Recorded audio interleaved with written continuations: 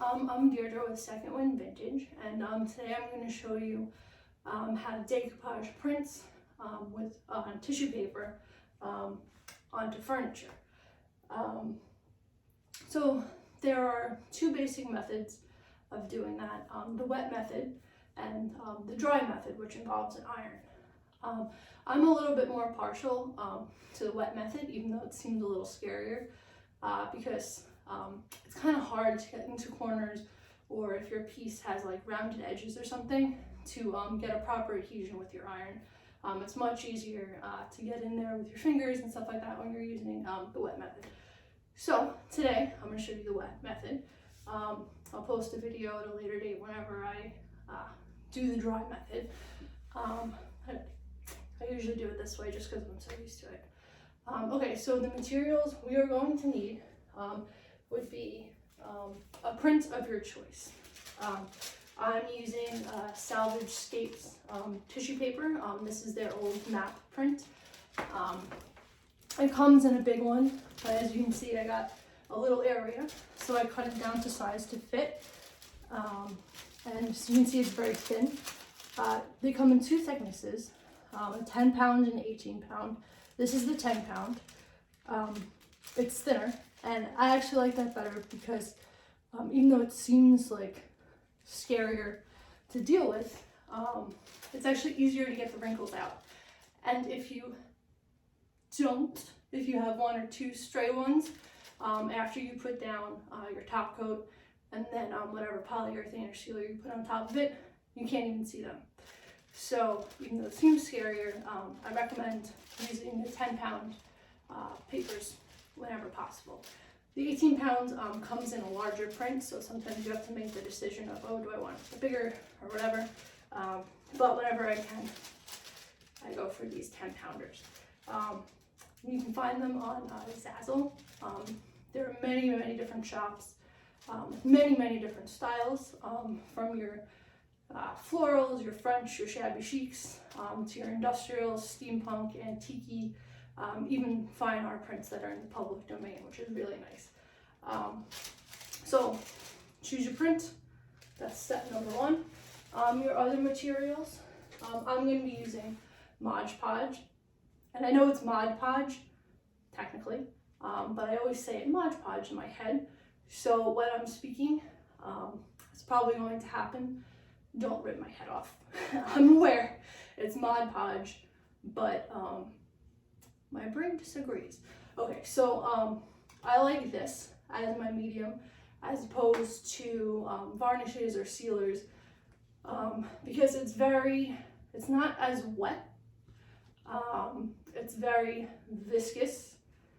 It's not as sticky when it's wet, so that gives you a lot of opportunity to correct your mistakes, to play around with it, to put it down and kind of slide it into place, to swoosh your wrinkles out.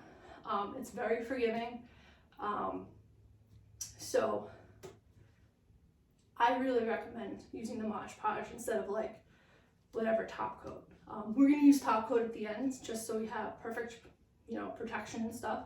But to get it on there, we're going to use the Mod Podge. Then a brush of appropriate size. I got a little area. I'm using a little brush.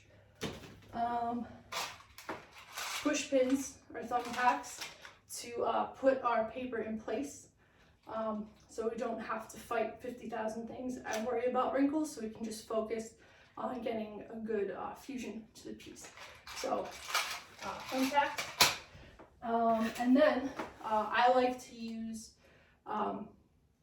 not just my fingers to smooth it out, but I like to use an old credit card or gift card or something like that. I think they actually make and sell squeegees, but we all have gift cards left over from Christmas and stuff. It'll work just fine.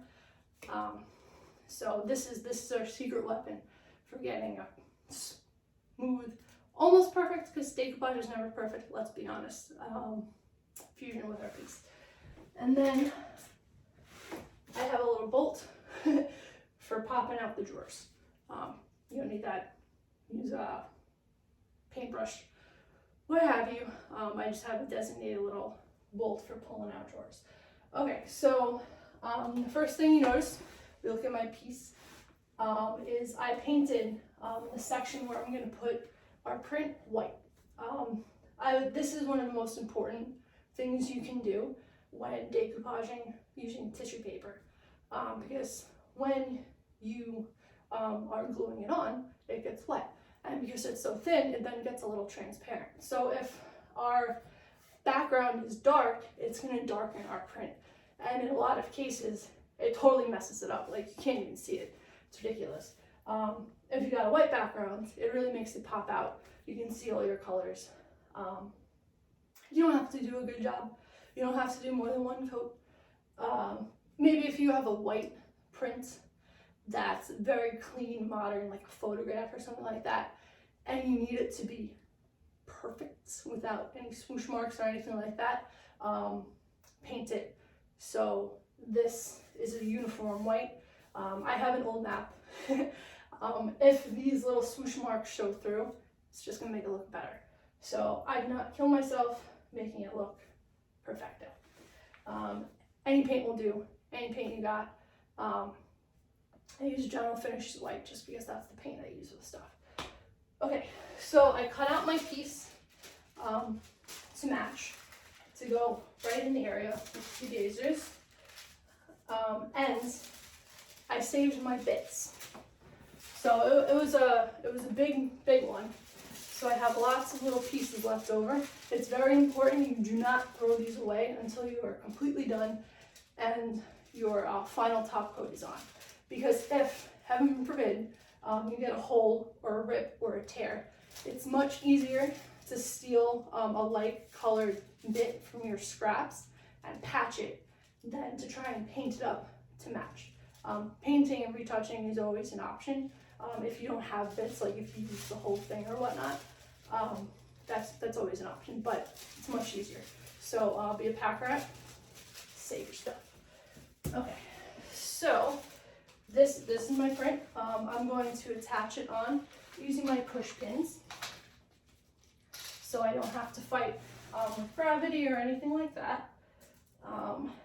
So this piece has a little border around here. But another good thing about using the tissue paper is it's so thin that you don't need the border. After you put on your sealer and your final top coat and everything, it's going to be totally flush with your piece. You're not going to have that little drop off that you would if you used like a heavier cardboard poster, something like that. So didn't have to use the tissue paper, but I liked this tissue paper, so I'm using it. So I put it in place. I also have my hammer handy, just in case it's a little bit annoying. And yeah, it's gonna put like a little hole, but it's so tiny, you're probably not gonna even see it. And if you do, when it's bothering you, you save those bits so you can patch it. It's not the end of the world. And I always put two, not just one in the middle, because this would keep it straight. If I only put one, it's going to go back and forth, and that's another thing we have to worry about. Okay, so that doesn't have to go all the way in either. These push pins are about 1/4 of an inch out. They're just enough in that they're holding this guy secure. So I can just pick him up and put him down. There are 2 drawers here, so I'm not going to do them both at once. Because I don't want to build up gunk in my crack here. So I'm going to, it's always easier, you pin at the top and then you work at the bottom, or from the bottom up. So I'm going to do this drawer first. I'm going to put it down, get it all nice. Then I'm going to cut it, take this out and away, and then I'm going to do the top one. And the same thing goes for if you have multiple drawers, if you're doing a big chest, if you got a door or something like that. Always, get it in place, keep it there so you don't have it like migrating or anything like that, and then work your way up from the bottom. And as I was talking, I just realized I forgot my little cutter. So I'm going to grab that for 1 second. to cut the pieces, I like to use plain razor blades, just because, you know, you have the Mod Podge on there, they're going to get gunky, and the razor blades and once they get gunky, they stop cutting as well. And you want it to be really sharp because you want a nice clean, you don't want it to pull and tear. If you use a nice X-Acto knife, I mean, that's great for cutting your thing before we introduce the Mod Podge, but it's so hard to clean like a thin little sharp bit without cutting yourself. So I prefer nice disposable razor blades. Okay, so now it's time to get down to business. So yeah, I'm just gonna hold this up, and we're gonna work on the bottom drawer only first. So I'm gonna get a good amount on and just kind of put it in there. Because this is such thin paper, we really don't need that much to go. The thicker your paper, the more you need, and the more pressure we're going to have to apply when we put it down. So I'm just getting a nice coverage. I like to go back and forth and then up and down. This one, it spreads it out real nice, and two, it kind of tells me if I have enough coverage with it, because I can't see it because we painted this white and this is tinted white. So if you're going smoothly over it, your coverage is good. If it kind of like catches in an area, you'll be able to feel it. You need to put a little bit more there. Once our coverage is good, the open time on this is pretty good too. Like I'm sitting, I'm letting it chill. I'm not worried. If it gets a little tacky, that actually is a little bit better when you're using tissue paper, because it takes away some of the wetness that might make this prone to tearing. We have to just be very mindful of that. Everything we do, we're going to do slow. So if it starts to tear, we can stop before it becomes a major problem, and it's only like a little bit oopsies, and you can just kind of like fold back. Okay, so I'm going to fold this down, smooth it out with my fingers to get a general adhesion, and then we're going to go in with our credit card or whatever flat piece of plastical thing you got. Okay, so it's always easier to go the long way. So this one is longer than it is wide, so I'm going to go down. If it was a chest of drawers and we were doing something like this, it's easier to go this way. So I would take it out, I would cut it first, I would take it out, and then I would lay it down. But we're lucky, this is actually one of the reasons why I chose this piece to show you. It's pretty simple, so we can focus on the basics. I'll do another video eventually with a long chest of drawers where you have to take it out and do all that business. But this is a beginner. It's my beginning video too. Okay, so I'm going to put it down, and I'm just going to smooth it with my hands. And our hands really aren't a sufficient tool. Anyone who's tried to hand sand anything can attest to that. So this is a nice flat surface, and we're going to go from the middle and always up, because if we're pushing it out, I want it to be able to escape somewhere. It's going to escape to this crack. If I push it down, not so much. And I'm not pressing. I'm not pressing at all. I'm letting the weight of the credit card do it. If it was thicker paper, I would press a little bit. But we are using the 10 pound. So pretty much you need nothing. Nothing at all. And you can go back and forth. I like to go the long ways first, or whatever direction your wrinkles are going in, because you can get them out easier that way. And I'll just go the other way. And I got a little bit of gunk on there, so I'm gonna wipe it off. That's the other good thing about the Mod Podge, is it cleans off your tools super easy with just warm water and soap. So it's really, really easy to keep reusing this, because once it gets gunky, it might rip your thing. It's not going to have that nice smooth surface to flatten things out properly. So it's very important to always have this clean, no bits. And eventually, maybe after many times of use, you're going to have to change it up, use a different gift card. But you take care of it, it'll last you a while, so you're not using like a new gift card every time, because that's crazy. Okay, so And then after that, I'm just gonna go with my fingers again because our fingers are soft. And just to make sure we got good adhesion. If there's a little bubble, try and rub it out with your finger. Very gentle, very slow. We're not going fast because if something starts to rip, we want to nip it in the bud and not have it be like a whole tear and be like, oops. Okay.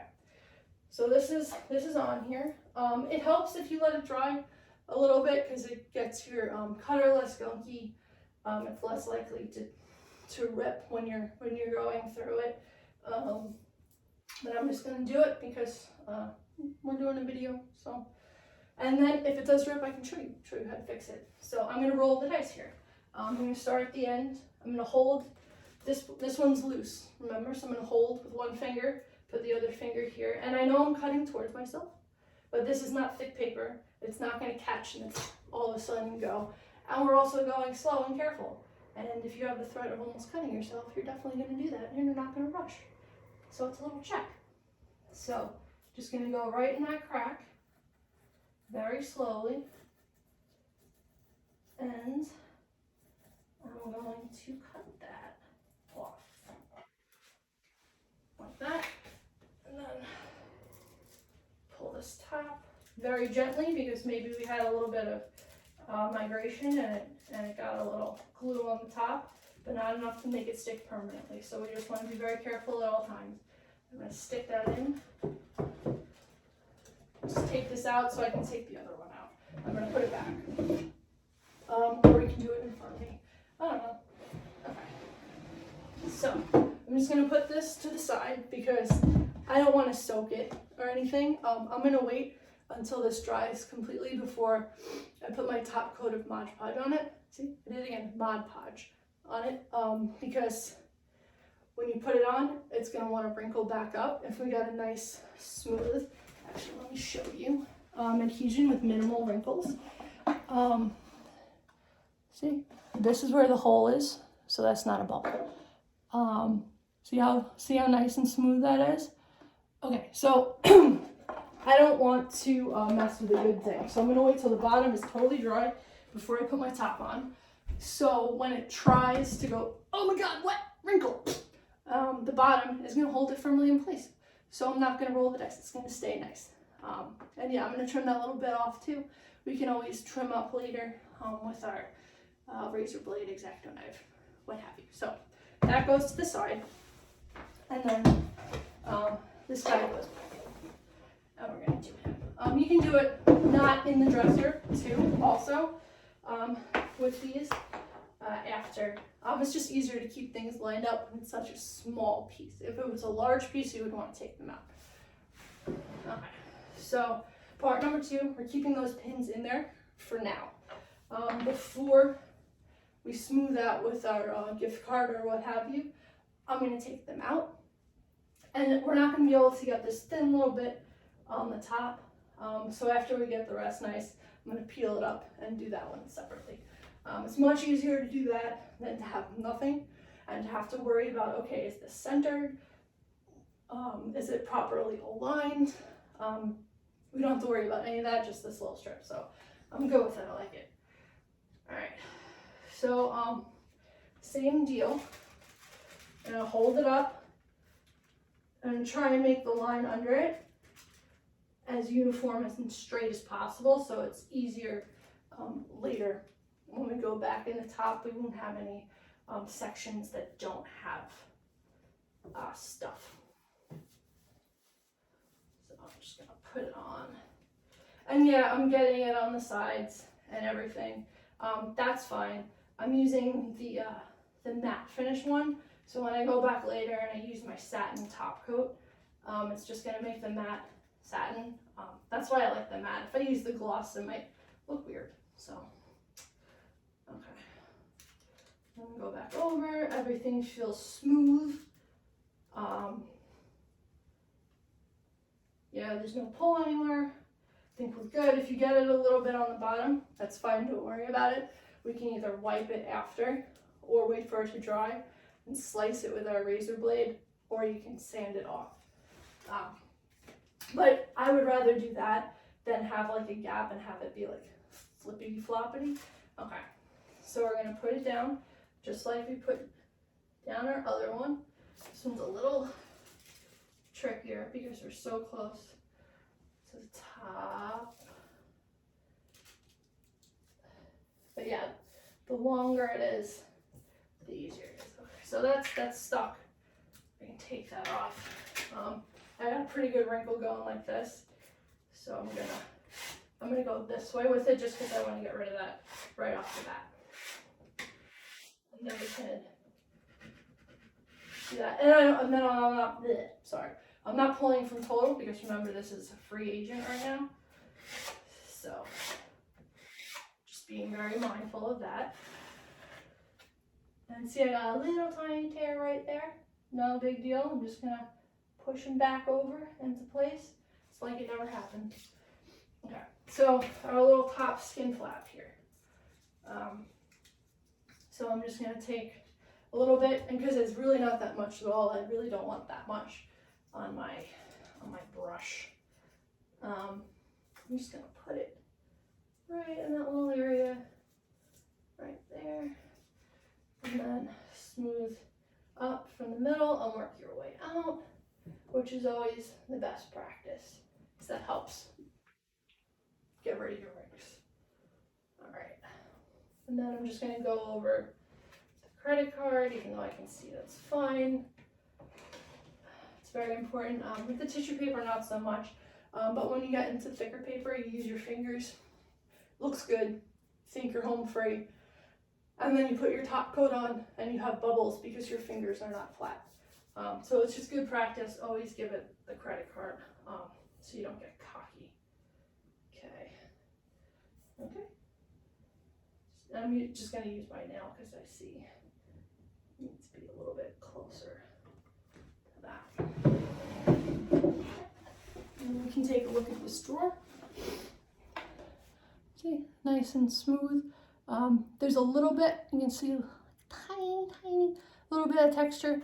That's fine. That's totally normal when you're using tissue paper. That will go away once we put all our sealer on top of it, because when the sealer dries, it pulls things flat. So those are completely acceptable. They're going to disappear completely. And I don't know if you can see, this is a little bit off the side. See, it's a little bit loosey-goosey, but that's because this is a little bit longer than that. Instead of cutting that off, I'm gonna fold it under. If you have a drawer, which is like super sticky, and you're really can't afford the extra width, don't do that. But if you can get away with it and just fold it under with your finger, carrying the image into the crack a little bit helps it look more uniform together. Okay. And then I'm going to take my little push pin. I'm going to find my pull hole, and I'm just going to rip it out just like that before we do anything else. Okay, then I'm going to put it back in. I'm going to do the same to the other one. When you do it before you put your top coat on, so you get a little bit better rip, then you don't get the paper being real thickened in the hole, which can be really annoying when you go to put your hardware in. I'm not going to lie, half the time I forget to do this. And then I go, oh, I got to put my hardware in. And then I have to punch through. So it's not the end of the world if you don't, but I would suggest doing it. So I'm going to put it back. And yeah, and I can see I'm a little flippity floppity here. That's fine. You always want to check your edges with your fingers. Just like flick at it, and if you can hear it, something's loose, and you want to fix that because you don't want it to tear on you when you're opening a drawer, closing a drawer, anything like that. Your ears are your best friend when it comes to that, because you might not be able to see it, but you'll be able to hear the noise. Okay, so I just touch that up. So I don't want to close it right now because it's still tacky. And I don't want it to get stuck on the other piece we folded under because it's going to rip. So these guys are just going to kind of sit next to each other. Okay, I'm going to pop off that one piece that was being a pain. Pour over here. Just touch that up a little bit. And if you're working with really tiny bits, like patching stuff, you can use tweezers. Or if you have nails, they're kind of like tweezers. So it's up to you. Okay, this one is pretty much dry. If you mess up, not really mess up, but if you go at it and put your Mod Podge on it while it's still damp, wet, what have you, it's not the end of the world. It might wrinkle a little bit and you might freak out, but once it dries, it should pull itself flat. But it doesn't always 100%. That's why I like to wait until it's dry before I go ahead and put on my top coat. This is fairly dry, so I'm going to go ahead and do it. The reason I use the Mod Podge on it, even though I'm going to put on my water-based polyurethane after, is I want to sandwich this print between two like things. I want a good fusion. If I went ahead and I just put my water-based polyurethane on top, which I've done, because after a couple of times, like, why am I doing this extra step? That's stupid. I'm just going to put my whatever on. It doesn't feel the same. I'm going to do it this way, and it's nice and hard, and it really, really fuses that image on there nicely. And also, honestly, more coats onto something you spend so much time putting on nice, like, it doesn't hurt. Never regretted doing that. But I have gone, shoot, like, oops, I should have put more protection on that. Like, it doesn't take that long. Just do it. But yeah, so our top coat, just put it on, and the Mod Podge goes on like a milky white, but it dries clear. Sometimes it takes longer to dry than others based on your humidity and stuff. That's true of pretty much everything. And we don't have to worry about getting it 100% like thin. Like you can go a little thicker with it. That's not gonna mess anything up. It's just gonna take longer to dry. And I always brush it both ways just to get a nice even coat. This does show brush marks, like the slightest bit. Once you put your poly on, you really can't see it anymore. But I always keep in mind if it was to show through, because every once in a while it does, which would look best. So that's the one I end on, so I'm just going to go up. That's fine. Okay. All right, we're going to do our top.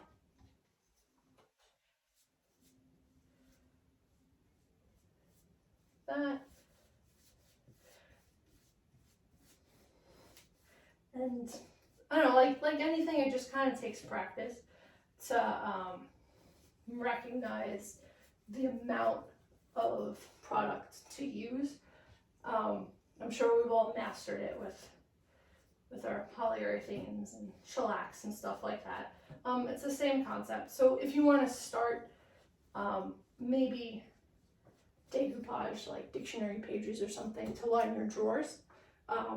That'll give you a lot of practice to know how much is good, and really get your smoothing down, get you looking good, give you some back stuff that's very forgiving because it's inside. So if it comes out wrinkly, that's fine. People are just going to put their stuff on top of it, or you can just cover it with wallpaper if it looks horrendous. To give you a good practice run. That's actually how I started out. I would just decoupage the inside of drawers with like different cool books, because I would buy like the book at an estate sale for like $1, and there's 500 pages in the book. Unless it's a dictionary, then it's more. So it's pretty much free and it's cool.